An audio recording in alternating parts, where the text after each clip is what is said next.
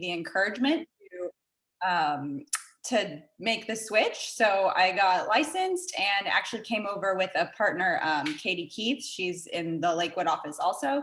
And so we just decided, let's do it. Let's give it a try. And it's one of those things where if I wouldn't have tried, I would have never known that I could have been good at something. So I'm so happy that I did, because now I actually love what I'm doing, and I could never have said that before. So That's great. So how did you initially, what do you contribute to, or what did you do right off the bat that I think helped you kind of first things to get you focused? So first, I mean, right off the bat, I started in September of 19. So I was very fortunate to have a good friend of mine waiting for me to get my license to buy a house. So I just kind of dove in right away of like, okay, I don't know exactly what I'm doing, but I'm going to ask all the questions. And then immediately following that, I went to the Ninja installation. So kind of didn't have any time to like develop bad habits, because I read the Ninja book before when I got started, because my mentor had recommended it to us, and then took the ninja installation, and that really set me up, I think, for success of knowing like where to not be spinning my wheels, don't be prospecting strangers, go after people that you already know. And so I didn't have time to kind of go off path too much there, because that's how I started, was just right off ninja selling. So your spear was largely what? You're a Dallas girl, right? So, Yeah. and then your prior professional life. So what else have you done to kind of grow your spear, I guess? So, I mean, really, it's been my entire first year was all referrals, which, again, it was being one of the things my mentor told me was like, be generous right off the bat. So that meaning like, if I do go to a listing presentation, leaving a gift the next time, always like following up, being really generous to the people who gave me the referral, keeping them in the loop. And that's led to so many more referrals.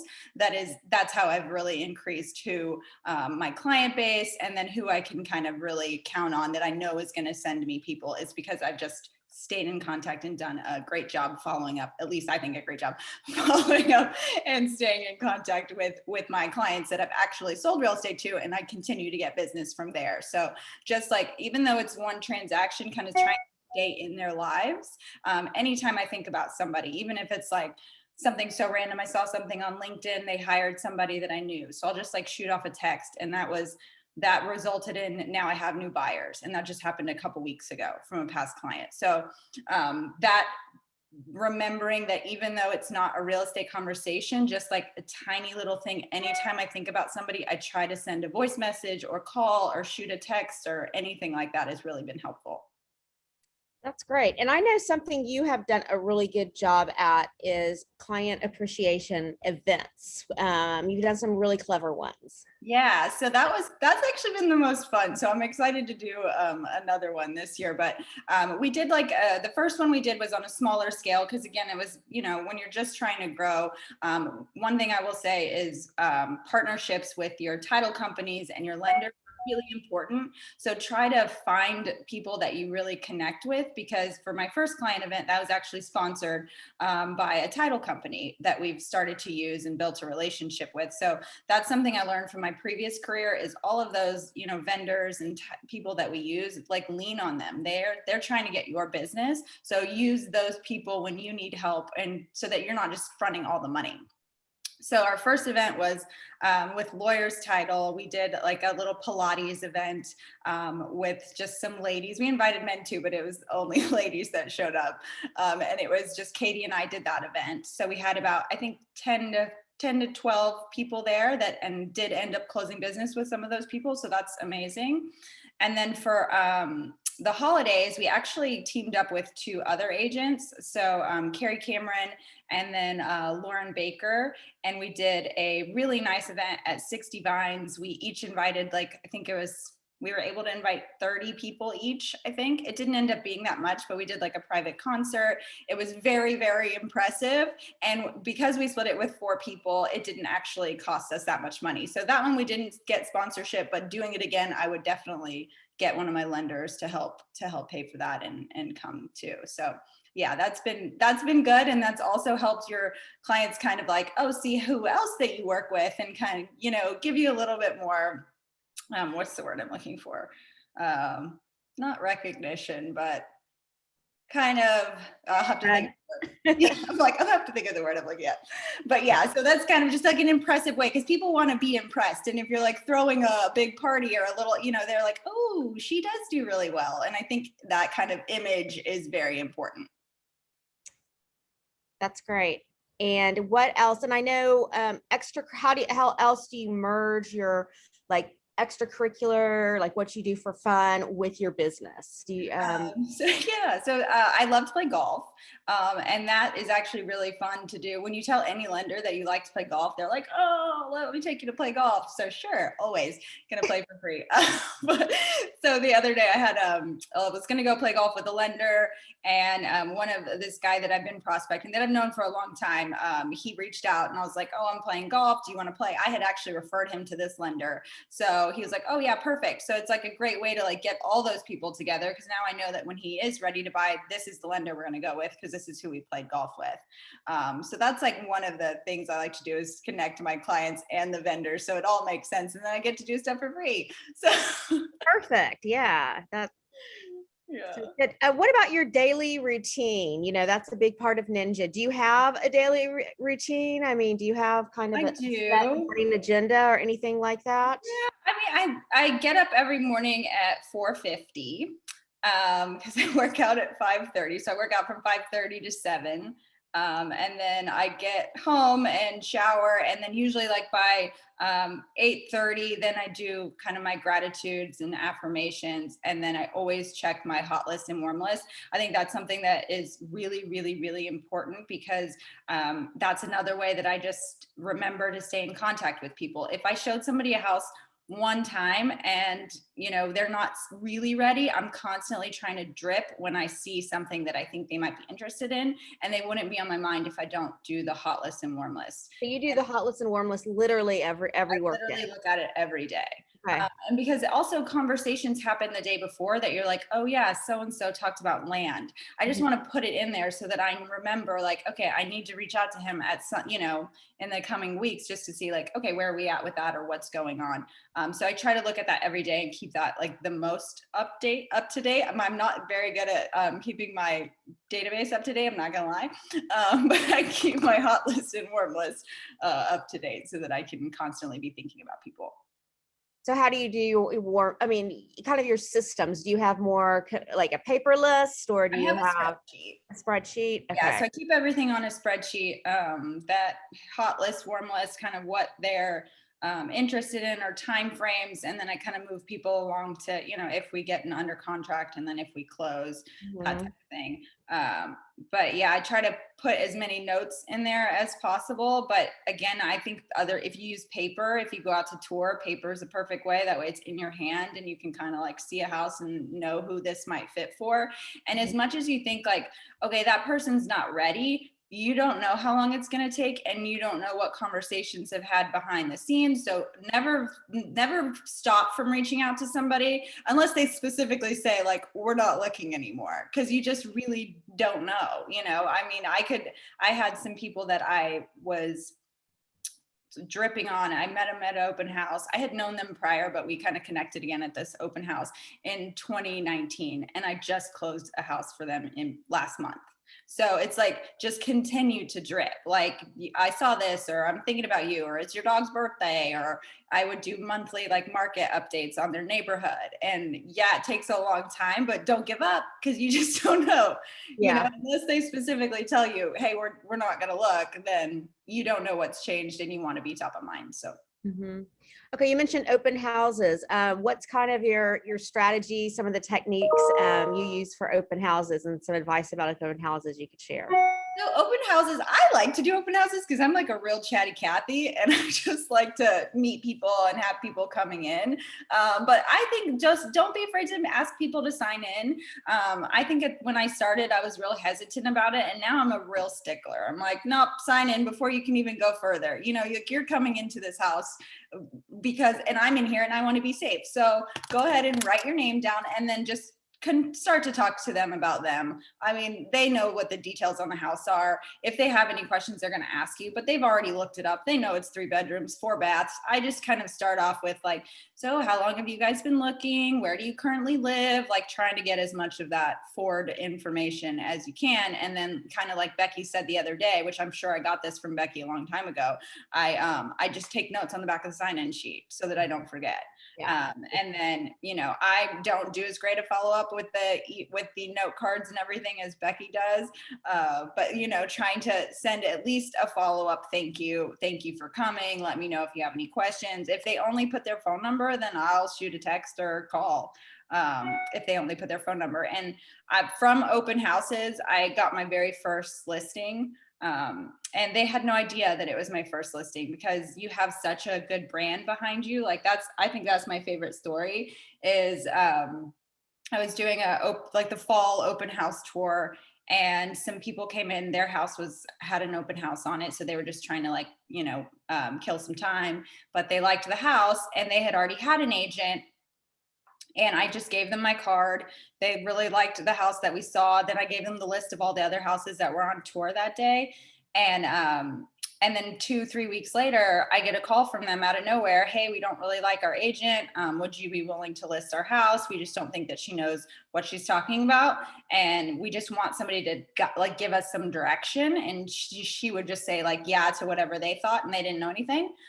So just went into that listing presentation super prepared, but like my experience never came into question. They never asked how many houses have you sold or how long have you been a realtor? And it was my very first listing, and got it and sold it and, you know, got them into another house. So if you're concerned about, imposter syndrome or whatever it is that they say, just like lean on the brand, because people really, really think that if you're working for, you know, Briggs Freeman Sotheby's International Realty, you're already higher level than everyone else. They already think you have experience. So don't let that like stop you because you're new. That it doesn't matter. They don't know you're new. Nobody knows you're new.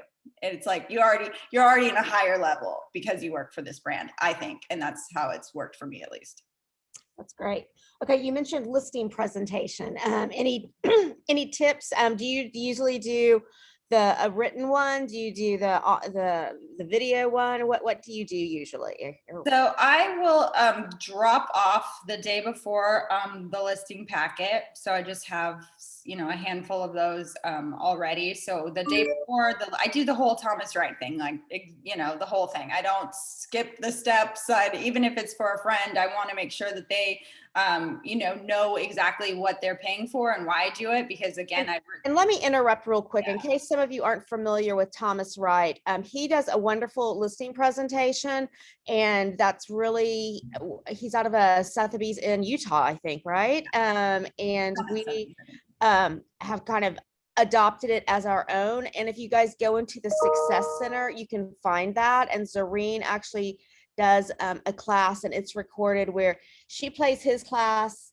video, and then stops and kind of makes it more interactive. So we're going to have some more listing presentation classes coming up in the next couple of months.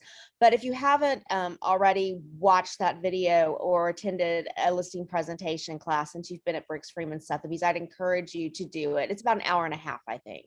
So I'm sorry, back. No, absolutely. I mean, I go pretty much exactly off of that. So kind of started off with the pre-listing email, kind of with set the agenda so they know exactly what we're going to go through, so that I know exactly what we're going to go through, and then we stay on track, and just to keep it to that hour, or, you know, if it's a bigger property, hour and a half, or smaller, whatever the time frame is, so that everybody knows the agenda. It seems like really professional. And then in that email, I do send the 2 links just about Sotheby's and what the brand is about. And if you watch the video or have already seen it, you know, that's just to basically like give people more information about Sotheby's, so you're not having to kind of talk about that at the listing presentation. And then I drop off the packet. Generally, when we go to the listing presentation, It's just walking through the house, taking as many notes as possible. I never take my phone inside. They say don't take your phone inside. I don't take my phone inside. I don't even take a purse usually. I will just have my little notepad.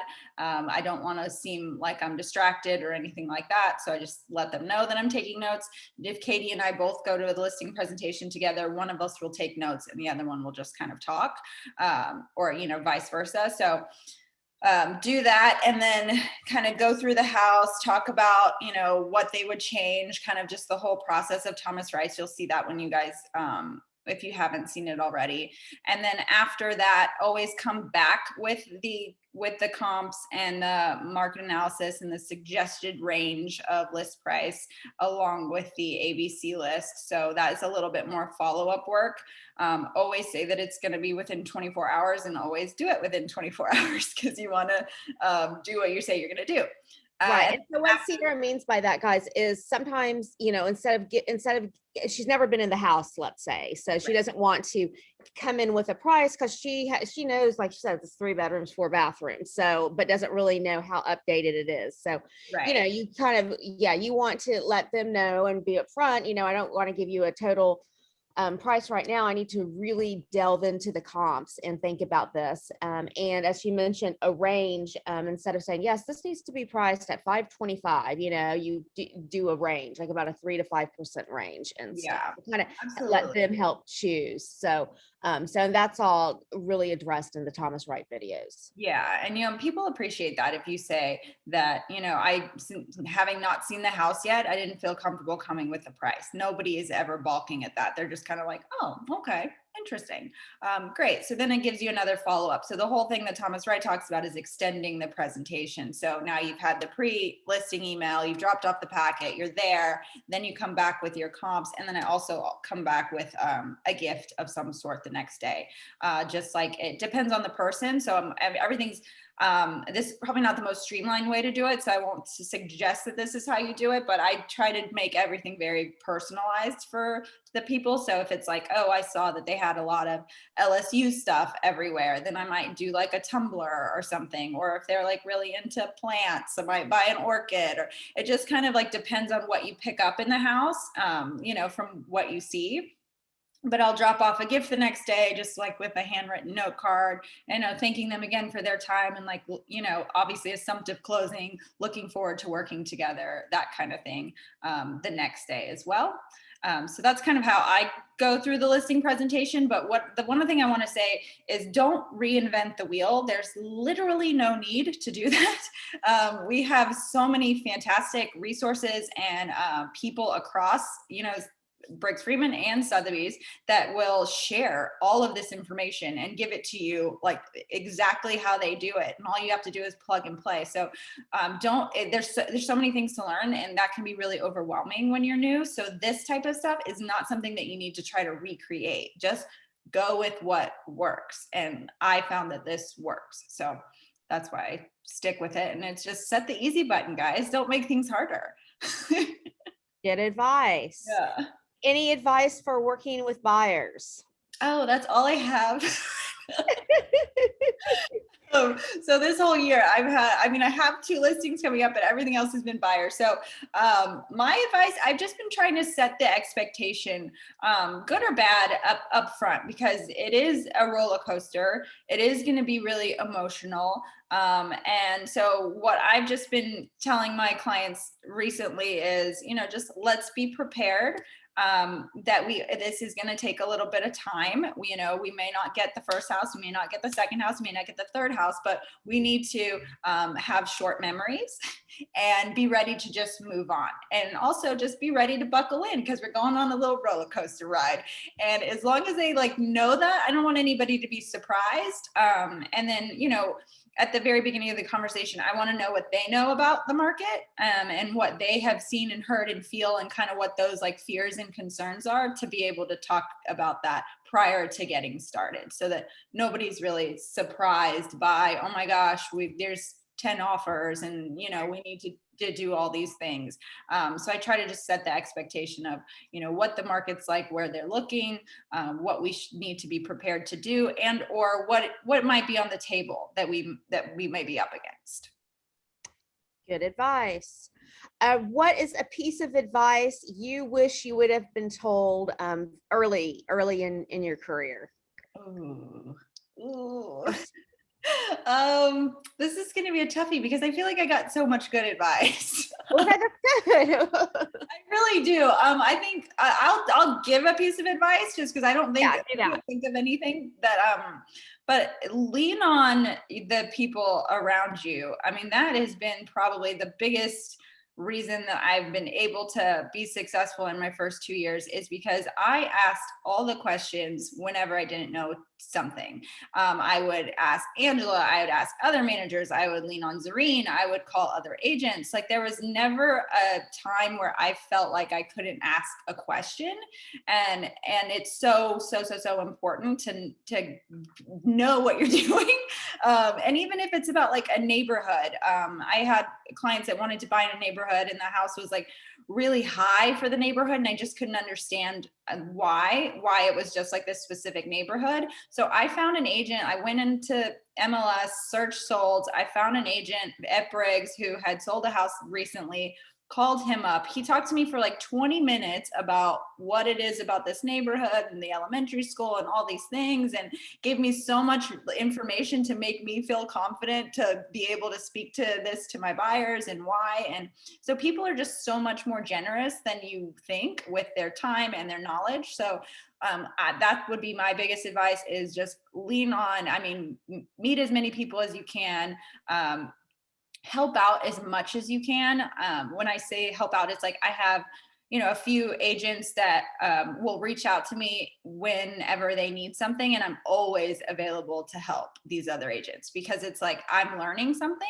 And then I know that I can call on them when I need something because I'm always helping them. So lean on other people and help as much as often. Like anytime someone needs showing help or, can you sit at this inspection or whatever it is, like you can make those connections with those people and then they can help you later on. And then you never know if you're constantly doing stuff for someone and then they go out of town and then it could be like a partnership deal. You just never know. Or they don't want to drive all the way up to wherever. So they just, refer it to you. So there's a lot of opportunity to work with other agents. And that's also something that was really, really helpful for me just to learn more. And I would suggest everyone do that. Excellent advice. Does anyone have any questions for Sierra? We're small enough you don't have to raise your hand. You can just unmute and ask.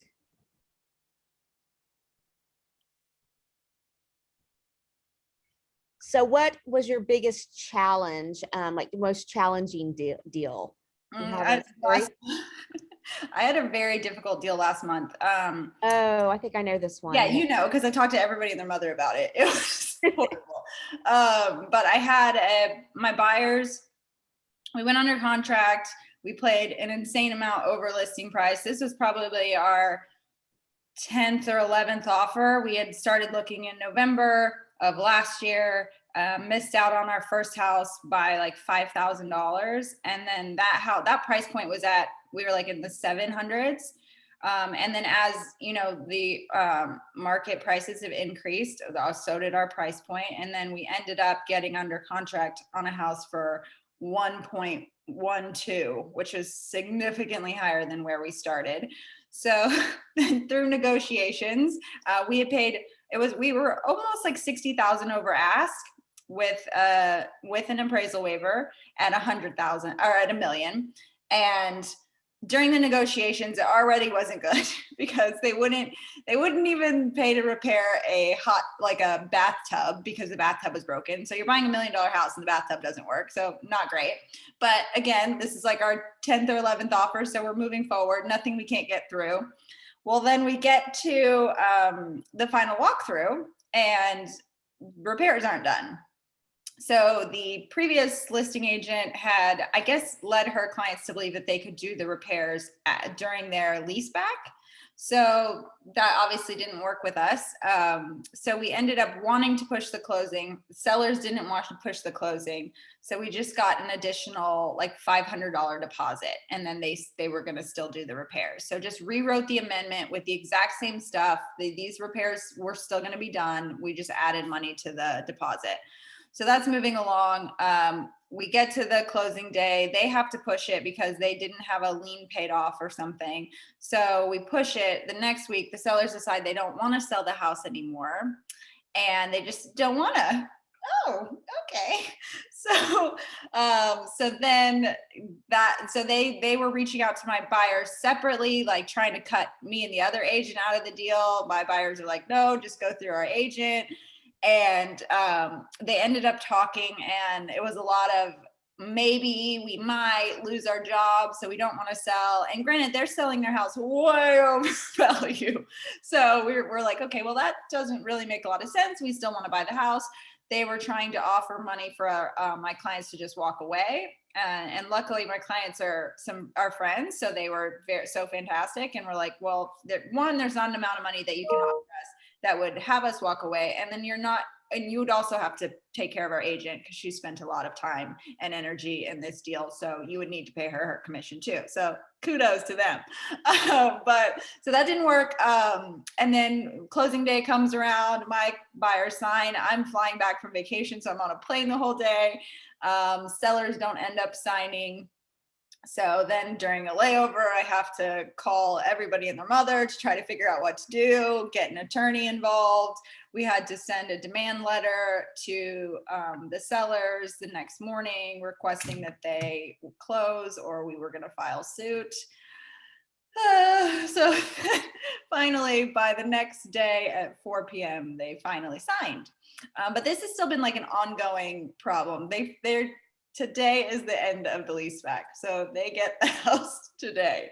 Thank God. But I don't know that the repairs got done. Like, it was kind of a thing where it's like, okay, at this point, we just want them to move out of the house. Like, if we need to keep the deposit, we'll keep the deposit. It covers all the remaining items that hadn't been done, and we just want them out of the house. So that was the most challenging transaction that I have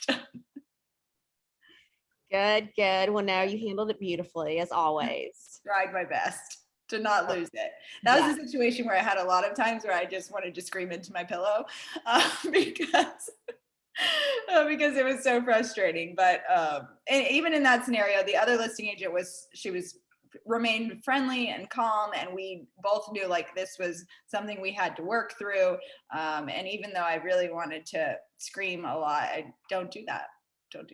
Yeah, the emotion out of it, right? Yes. So any final parting words? I think I'm just going to reiterate, lean on the people that are around you, meet as many new people as you can, and just offer help. You know, everyone gets into places where they're like running around with their head cut off. And, you know, I have so many like other agent friends who I always know or talk to, and they're like, oh my God, I don't know what I'm doing. So people always need help or want help. So just be that person to offer it, because you're going to learn a lot, and then there's going to be opportunity that comes from that. So you just give, and once you give, you will receive. So excellent advice.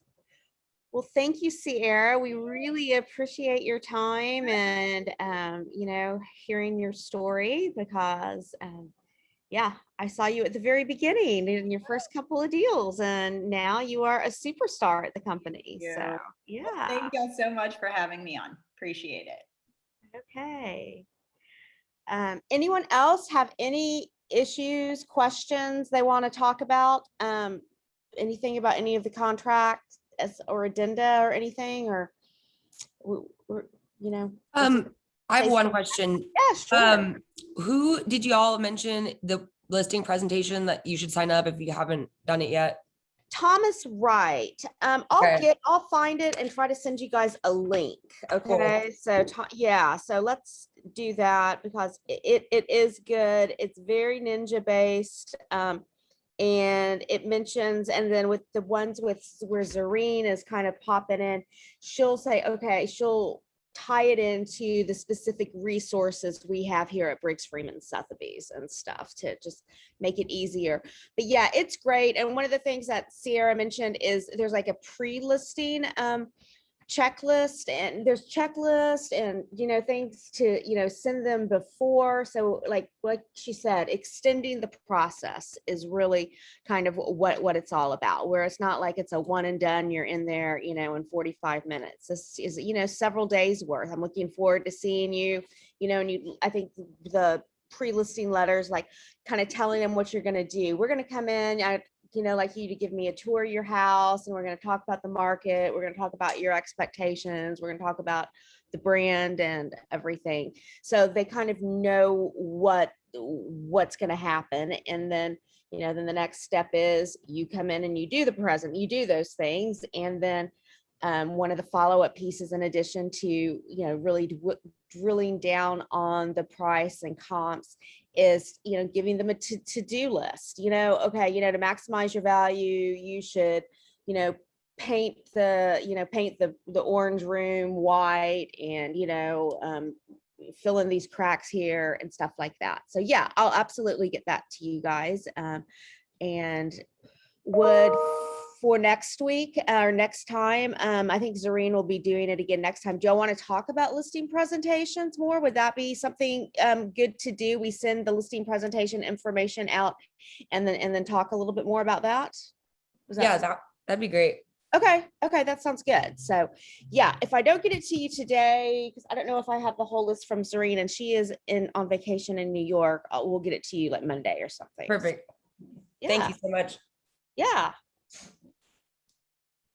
Well, good deal. If we don't have any more questions, thank you all for tuning in. Great turnout today, and hope you guys have a great weekend. And I'll send you a link to the Thomas Wright information, and we'll focus more on listings. So talk to you soon, and always feel free to reach out to me. So even, if you're not in my office, so I and answer questions for everyone. So I love working with new agents. It's one of my favorite things.